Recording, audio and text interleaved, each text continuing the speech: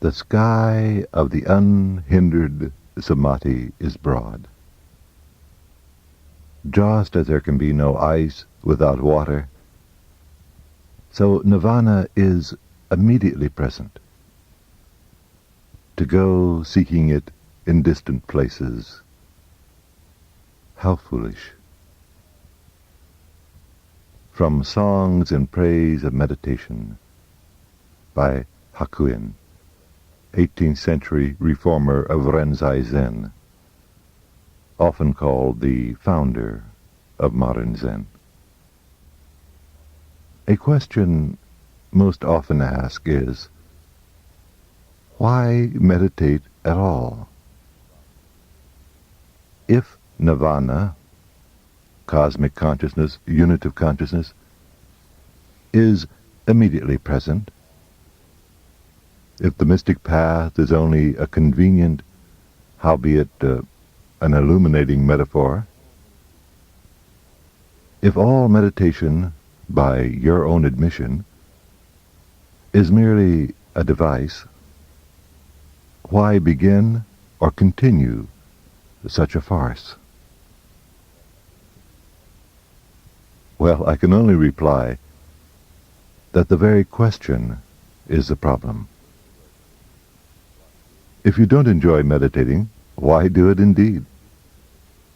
Unless, of course, you're hooked on the old Judeo-Christian concept that if it hurts, it must be good for you.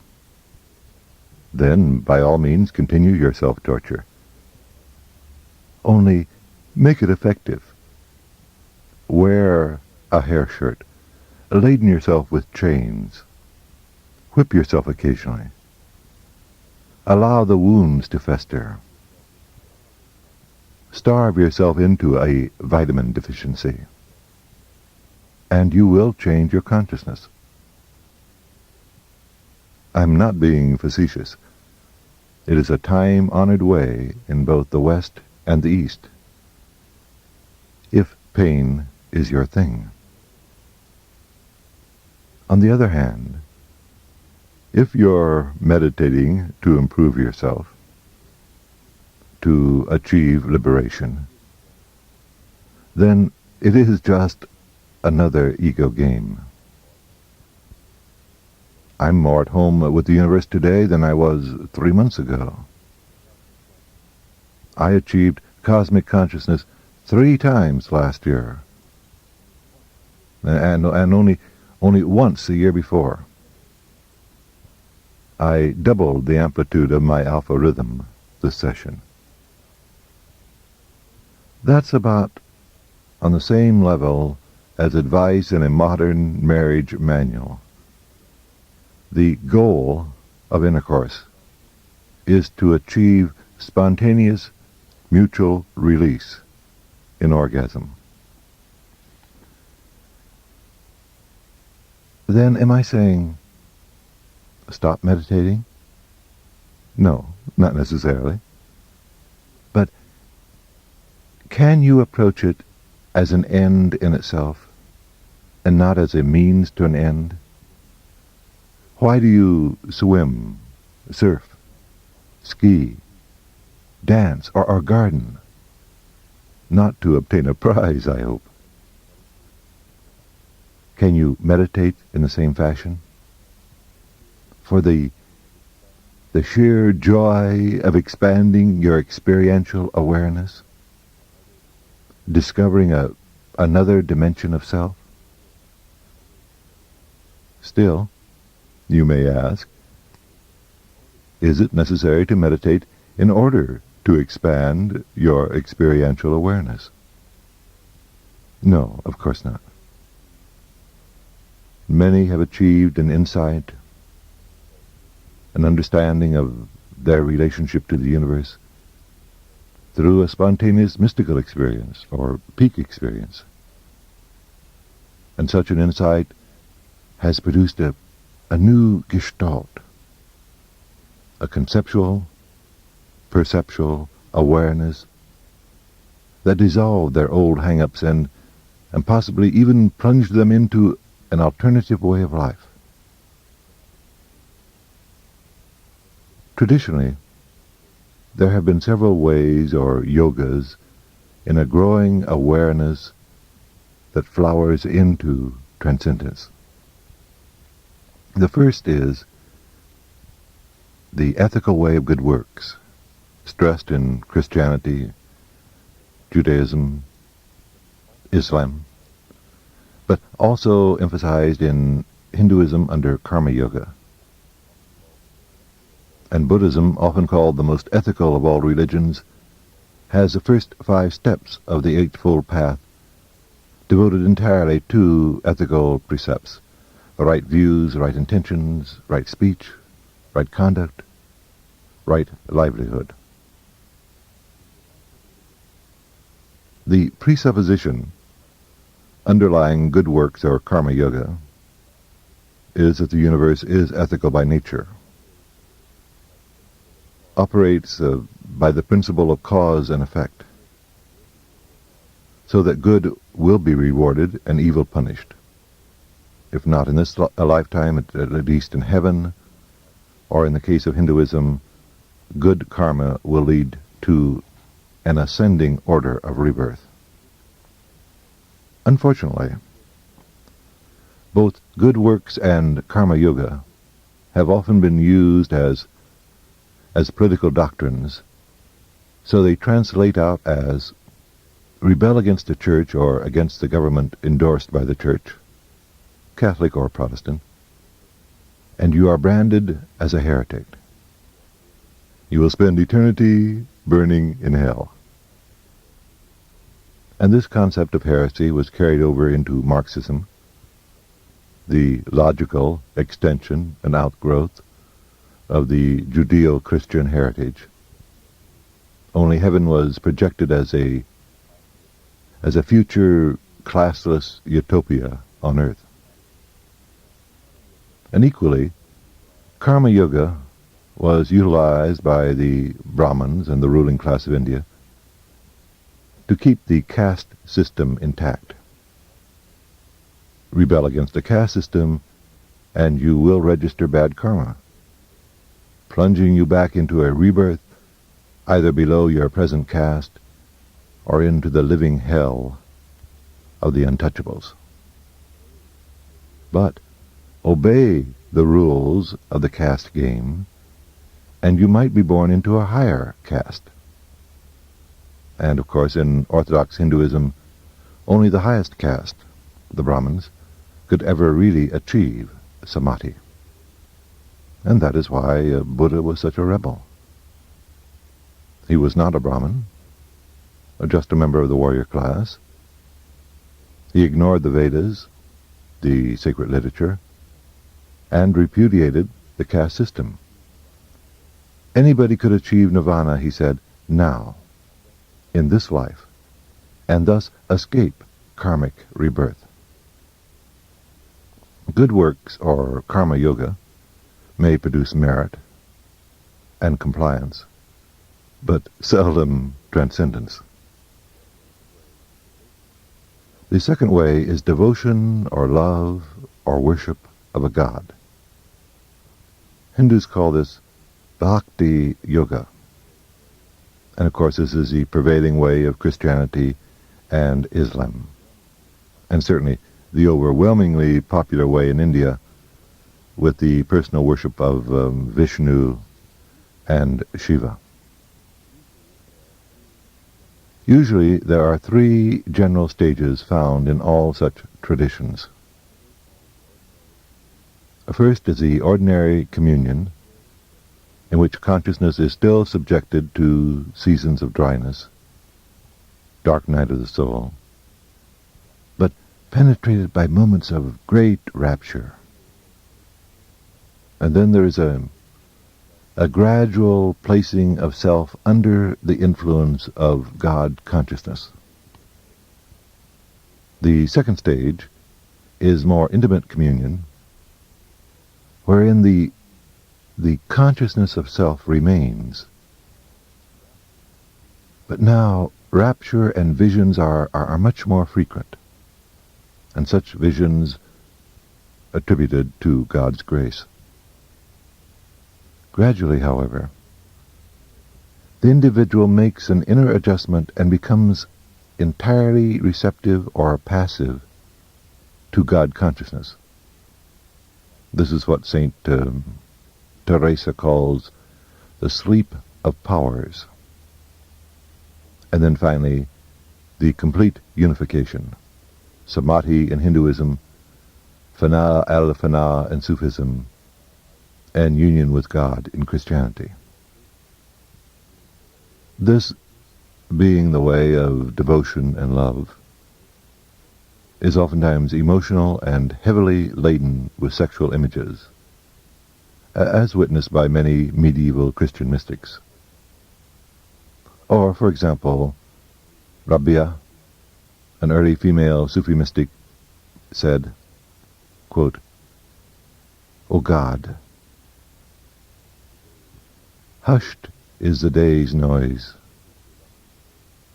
and with his beloved is the lover. But thee I have for my lover, and I alone with thee I enjoy." End quote. Queen Mira, a queen of India, fulfilled herself in the love of Krishna, quote, "Ah, friend, I am mad of love. No one knows my pain. And how can I meet him? Who but one wounds himself can feel the pangs of a wound? Who but a jeweler can appraise a diamond?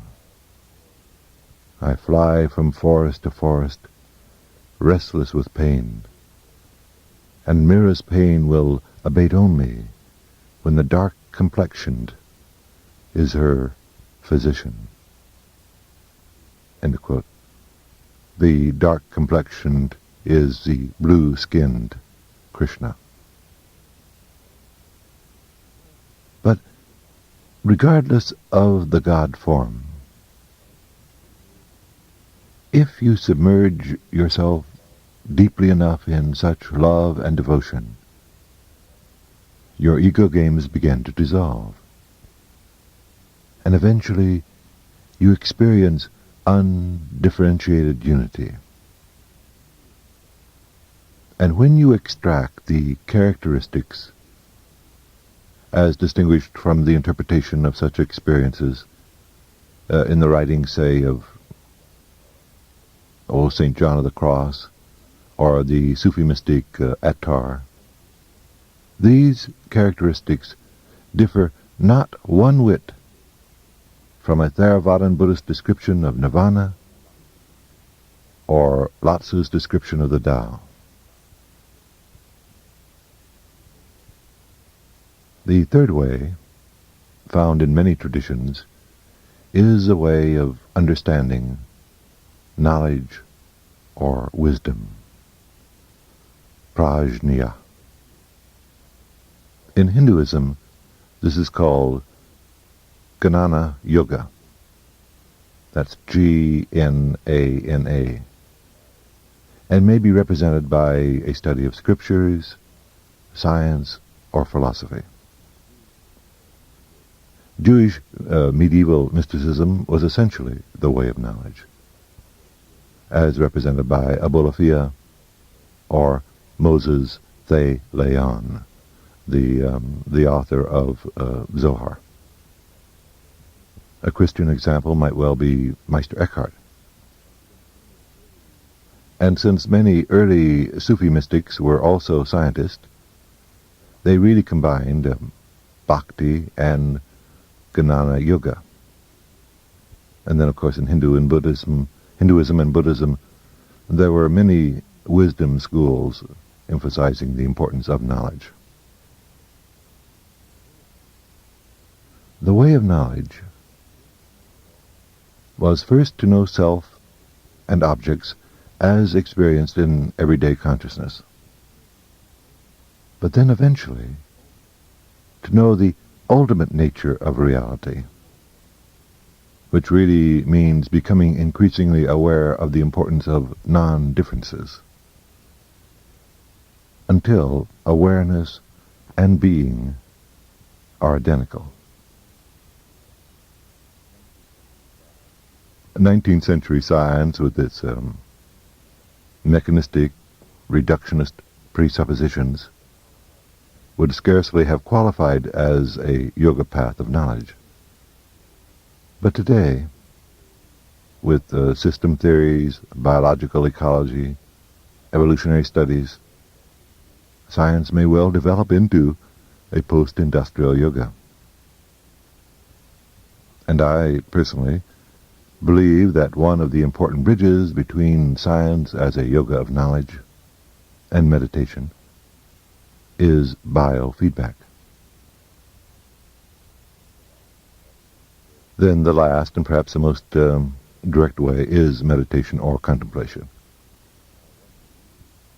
Now, one may use meditative techniques in any of the previous ways, but meditation is a distinct way within itself.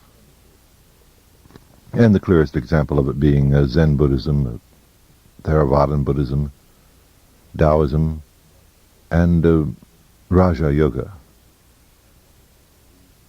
Naturally, these traditions include other elements, but primarily they are the way of meditation. And by meditation I mean a psychophysiological approach to transcendence, in contrast to the emotional approach of Bhakti-Yoga or the intellectual approach of Jnana Yoga. As an example, in the Yoga Sutras of Patanjali, which represents really the Raja Yoga, there are 8 limbs or stages of Raja Yoga, but only the first 2 are ethical or moral. The first stage being abstention, yama, which would include not injuring, not lying, not stealing, not being sensual, not being possessive.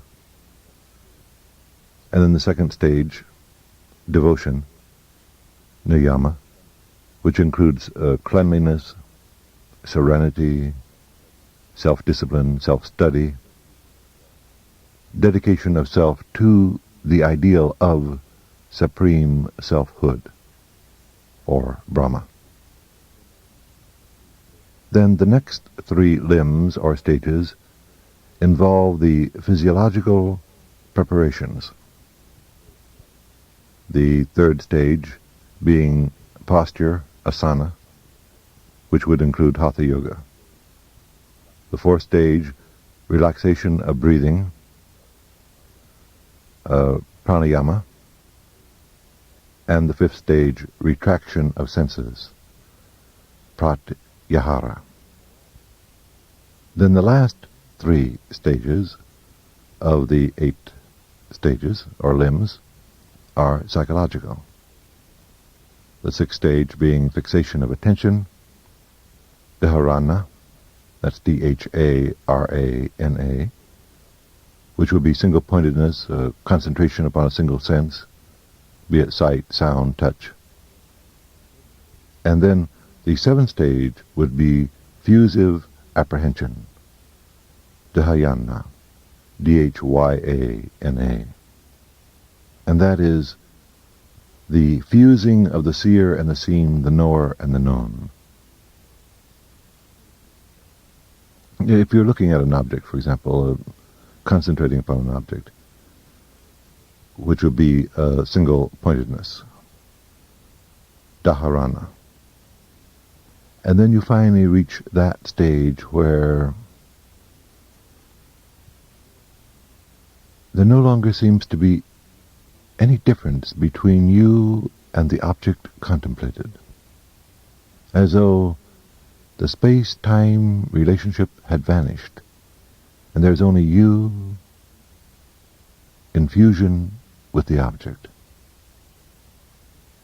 Then that would be dhyana, D-H-Y-A-N-A.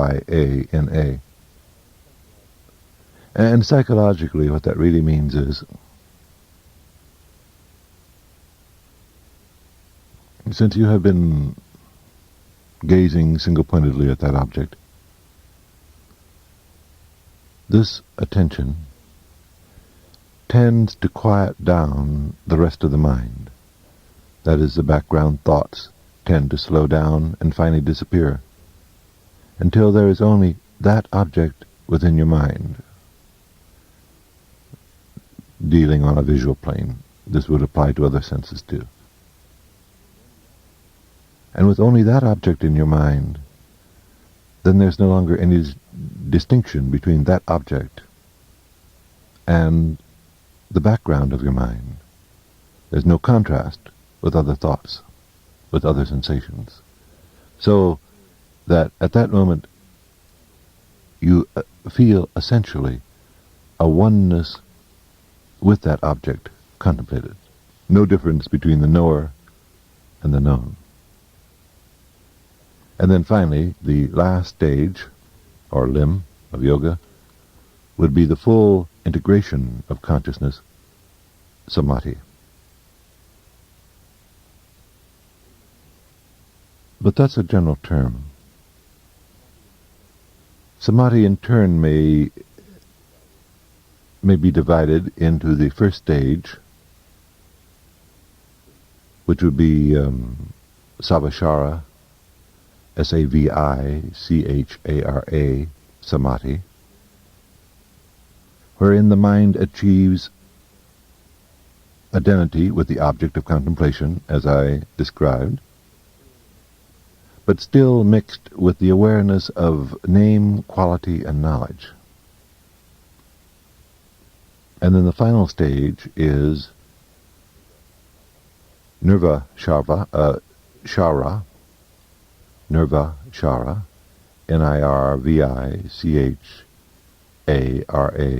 Samadhi, the supreme transcendence, complete absorption, which would also be called Brahma Nirvana in the Gita,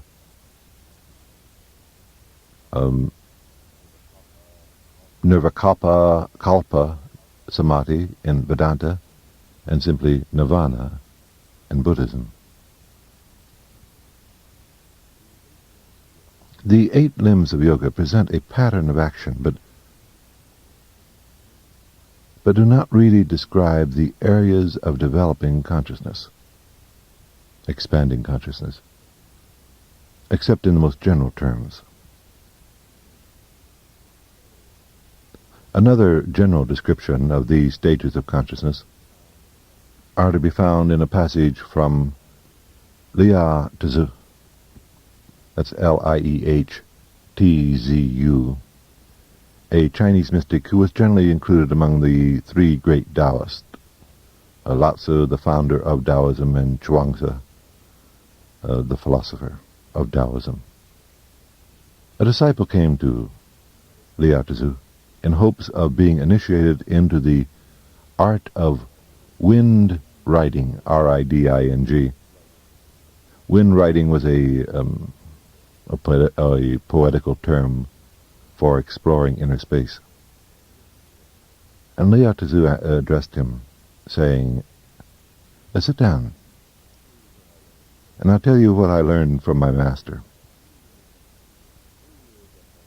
3 years after I had begun to serve him, my mind no longer dared to distinguish between true and false, and my mouth no longer dared to speak about useful and harmful. And then for the first time I got a look from my master. After 7 years, I managed to free my thoughts of all notions of true and false. I managed to free my speech of useful and harmful. And then for the first time, the master invited me to sit beside him on his mat. And after 9 years, I managed to give free rein to my mind and mouth. I was no longer aware of any truth, falsehood, any usefulness or harmfulness that could concern myself or others, or even of having a master or having a fellow disciple. Outside and inside were one, and my eyes were like my ears, and my ears were like my nose was like my mouth. all my senses were alike. I felt as if my mind was solidifying, my body coming apart, and my bones and flesh dissolving. I no longer felt that my body leaned against something or that my feet touched the ground, but let myself be borne east and west by the wind like a dry leaf or dry wood shavings. And finally I could no longer tell whether I was carrying the wind along or whether the wind was carrying me. End of quote. That is a very famous quotation in Chinese literature. I could no longer tell whether I was carrying the wind along or whether the wind was carrying me. And for any of you who have meditated, I think you know the feeling. The Taoist felt that a teacher need not necessarily have gone through all of the stages. In the writings of Chuang-Tzu, it is recorded, quote, Nambo asked Nu Yu, how is it that despite your age you have the complexion of a child? Replied Nu Yu, I learned what the Tao is. Well, can the Tao be studied? Asked Nambo. No, replied Nu Yu. You aren't the proper man for that. In contrast, your friend, Bu Liang, now he was all disposed to be a holy man, but he didn't have the principle, that is Tao, where I had the principle without being disposed. I wanted to teach him, hoping that he would become a holy man. I thought it would be easy to communicate the principle of holiness to somebody who was already disposed. Today, in a rather rough fashion, we might say someone who had a great deal of natural alpha rhythm. But to continue, taking him aside, I gave him some explanations and watched him. After 3 days, he managed to expel the world from his awareness. I kept on watching him. After 7 days, he managed to expel the things near to him. I kept on watching him. After 9 days, he managed to expel his own existence, self-consciousness. When he had expelled his own existence, he saw himself illumined by a dawn. He had the vision of oneness. And after the vision of oneness, when he had no more past or present, he entered the realm of where there is no life and death. End of quote. It's interesting that the same proportion was used, only in Liao Tzu's case it was 3 years, 7 years, 9 years, and in the last instance it was 3 days, 7 days, and 9 days. Incidentally, I find these proportions not entirely fanciful.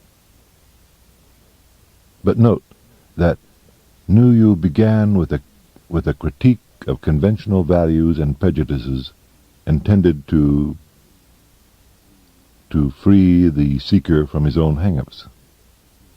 The Hindus and Buddhists would say that this is the use of knowledge, wisdom, understanding.